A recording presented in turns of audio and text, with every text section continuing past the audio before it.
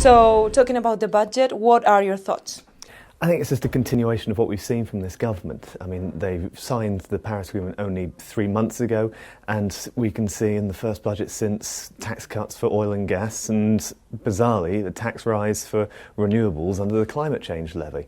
I think at some point they've got to start living up to the words and their desires for climate change and international and national targets, and they've got to start putting that into action. On the whole, we think there's been some progress in the budget announced today, with some of the announcements of funding for new technologies, new renewable energy technologies, a greater focus on interconnection and electricity demand solutions, which we welcome.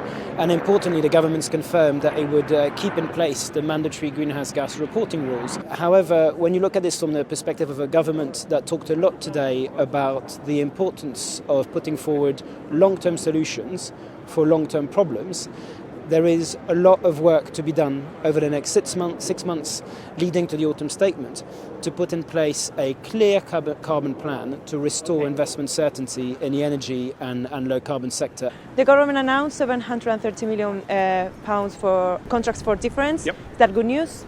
It's good news if it's not the end of the story. We reckon that will buy between 3.5 and 4 gigawatts of offshore wind. That's really great. It will get us to about 2022, 2023. We're going to need more if we want the offshore wind industry to come down to the sort of costs that the government is expecting. So, below £100 per megawatt hour initially, and then falling to £85 per megawatt hour. That's going to take volume. So we'll need to do more.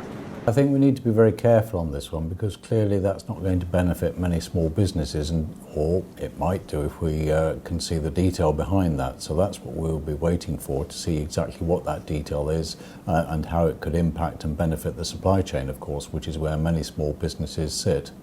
Can we say that there's good news for the oil and gas sector? I think what the Chancellor announced today was some very positive measures to help the sector. What we see over the last 18 months, the industry has done an awful lot to improve its costs, improve its efficiency, and the Chancellor's continued to reduce the tax rates to help complement those changes. I think the government showed today that it's very committed to the sector. It recognises we have a long-term future, and things like helping to pay for some of the seismic for new areas in the North Sea demonstrates it believes there's opportunity out there and wants to share in us in that success.